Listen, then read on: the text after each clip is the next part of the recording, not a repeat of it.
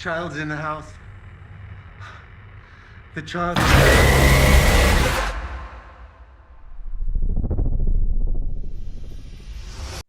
Hi, Albert. There. Hey, Maxime. Hi, Pierre. How you guys doing? Good. How Pretty are good. you? How are you? I'm good. I gotta tell you, I woke up this morning and I watched Traumatica, and I will tell you, I don't think I'm gonna ever unsee this movie at all because the visuals were so great in this, and I like the story, the narrative, the way it was set up. I think this might be one of the best horror films of the year, in my opinion. Oh, thank you so much, man. Thank you. Thank you, Really man. appreciate it. So my first question is, what was the inspiration for this film as you two wrote this? What inspired you to come up with this? Um, what inspired us was just like some simple ideas about like kids being afraid, you know. I think this is like such a visceral idea of like fear, like something very primal, like as a kid just being afraid. Um, so we just, yeah, we start with very simple horror tropes, and then we blended a lot of that. Yeah, I don't know, Max, you want to add some stuff here? Well, yeah, I think we wanted to make another movie after Two Witches. We're really impatient to get back and shoot something new, and then I just came through to down to our influences and making a movie that has a lot of the things that we love in horror movies, which ends up, we have some possession, some slasher elements, we have some true crimes elements to it, and it comes down to all of our influences and just the desire to make a new film, I think. Yeah, that's awesome. I gotta tell you, the scene that really got to me, one of the first scenes that got to me was when Mikey is trying to hide from Abigail in the films, like right before in the opening, because the way you see like a little cutscene, but then it goes to his point of view. It looked like if you're playing a horror video game nowadays, it had like that visual style where you're peeking around and then out of nowhere it just like pops up. I absolutely loved it. I was so floored by it because as a fan Thank you. myself of horror video games like Resident Evil, The Quarry, Until Dawn, watching them like and you see them like from the first person point of view searching for stuff and then all of a sudden this big thing happens. I'm just like, oh my, the way you guys did it, was so executed so Thank you. well. Well, I was gonna say, because I forgot to mention, it's in the morning here. I'm a little sleepy. I love the video game Granny. Granny was a big influence. I don't know if you know this PC video game, like independent, Yeah, I've heard of it. where it's a first person, Yeah. and you're just a kid in a big house, and you have to escape your evil grandmother. Mhm. And I thought it's like such a simple setup, and it's extremely scary. Another horror game that I don't mention enough that I think it's one of the scariest is called Amnesia. Remember? Do you know I've heard of that Amnesia? one. Yeah, I've heard of it.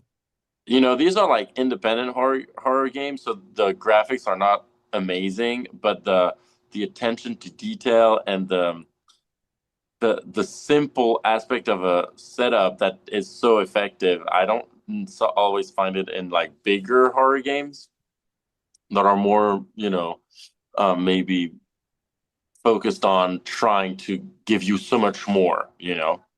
And these games are, straight to the point. You can't defend yourself. You Hmm. can't fight back. You don't have weapons. You don't have anything. You don't interact with anything. You just have to run away, you know? And that was kind of the inspiration, like yeah, an FPS. That's why we did a lot of POV shots, like really low level POV shots of Mikey, is to try to be as immersive as possible, and kind of use video games. Video games get inspired by so many movies. We wanted to kind of do the other around. Now, Max, Yeah, yeah, we go had ahead. that thing also about true crime stuff. Like I stumbled like one day on this video, and it's like, this body cam thing of this cop, and they arrive in this, like, it's a murder scene basically, but there's just two of them, and they're really spooked by what's happening. And I was sending this to Pierre, was like, this is scary, right? And like we thought about the cops, and then but we knew we wanted to do something with kids, and so it kind of like transferred to that, and like maybe we're right inside of what the kids is seeing. which gave the POV shots and yeah, like the mom running after him from the video games influence for sure. Yeah, definitely. And Max, I know for a fact you played Volpazu as well. Like you were the demon.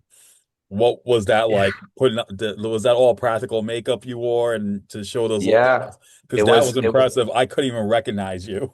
Like seeing you now, you were like totally unrecognizable as that was Volpazu. the goal really, to really like make the makeup speak for itself, and thanks to KO, our fantastic makeup effects girl, like we were able to pull that off with Volpazu. But yeah, it was intense. It was a 3 hour session, 3 hours sessions of makeup, um, um, prosthetics on the face, and then like I was like really like makeup like on all the body, like everywhere.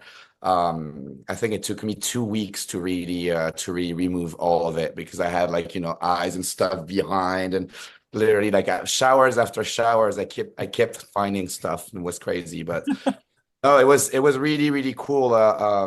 Pretty challenging, because we had these, we're shooting in this house that was, I mean, late at night. It was cold. It was not really safe. Like, and you're out there naked, kind of, almost naked, kind of crawling everywhere. And but again, anything for the shot, and we really wanted to have like a crazy demon. So I'm happy when people cannot at all recognize me. That was the intention originally. So we're stoked about that. Yeah, the cast is great in this. I gotta say, the kid who plays Mikey, I think this is a breakout for him. He did such a great. He didn't even need to talk. That's the thing. He doesn't have any words in this movie, but he brings this presence that made the film, as well as Rebekah Kennedy, who was phenomenal in my opinion as Abigail, because first you see Abigail's possessed, but then you get her backstory, which is what I love. I love the narrative. That's where I was mentioning that, she comes from this abusive home, and once Volpazu like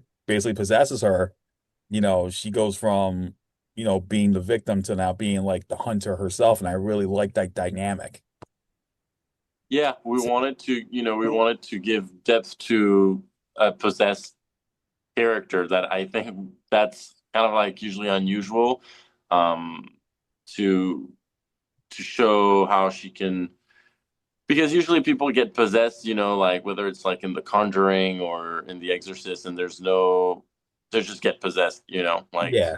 whether it's like a bad Ouija board session or just being at the wrong time, or at the wrong Yeah. Like place. it's one dimensional basically. It's Yeah, really he does one that dimensional. too. Here Yeah. we wanted it to be, well, we wanted it to be a metaphor of trauma. We wanted it to be, the possession is just the metaphor of how does something horrible that destroys you affects you and turns you into a monster, or turns you into someone you never were, Mhm. and how it makes you do things that you never thought you were going to do, and how you can be forced to do the most evil things that you don't want to do, which makes the things that you do even worse, because it's like it's worse for the victim and even the perpetrator. Yeah.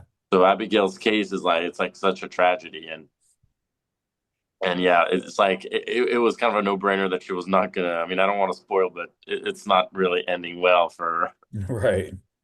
Yeah. And that also, like, matter. we were asked yesterday about also the realism of the subject matters that like we're using in the movie, and like the possession side of the movie. I feel like it's also like kind of up for take. There's a version of these events where maybe everything's happening in our heads, or like at least maybe the possessed like moments could be just maybe a metaphor for all of the trauma that she went through, and the trauma that Mikey is about to go through, and like this is embodied by this entity, this demon. But you Yeah, know Yeah, definitely. And I love the fact that I think the only sympathetic character I really felt for was Sean Whalen's Steve, because he's the one who's trying to warn everyone, yeah. even in the future, like even in the third act, there he is on TV. He's like, I tried warning him, and Yeah.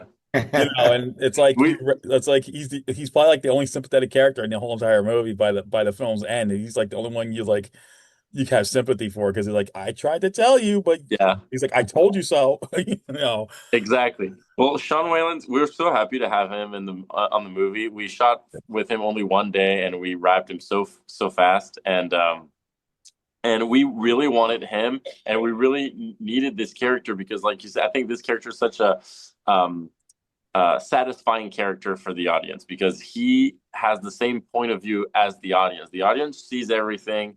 The characters are oblivious, but he isn't. But he's helpless. But right. at least he's satisfying, and he's such a great actor, and he gave such a compelling performance that I think he elevates the movie. Yeah, for sure.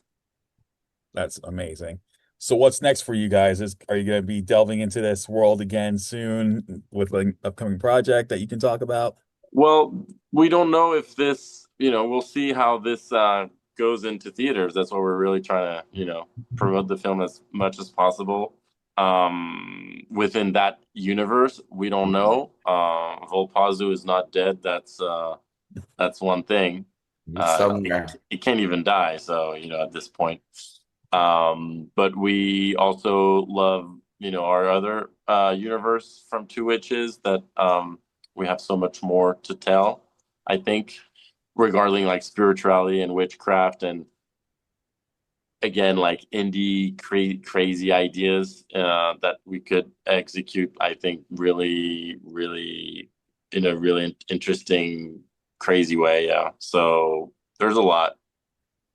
Yeah, we have a Terrifier movie with witches coming up pretty soon, so we're working on this right now. Awesome. Well, Traumatica will be in theaters September the 12th. You guys definitely need to see this movie. This is probably one of the best horror films I've seen. The visuals are amazing. The narrative itself is amazing. I gotta thank these two guys enough. I can't thank them enough for bringing this film experience. And I hope it does well in theaters and we get to see more of Volpazu down the road. So, Maxime and Pierre, thank you so much for taking the time to talk about it. Thank you, Albert. Thank you Thanks, so dude. much. Thank you so much. All right, take care and stay awesome. See Bye. you, brother. Thank Bye. you. Bye.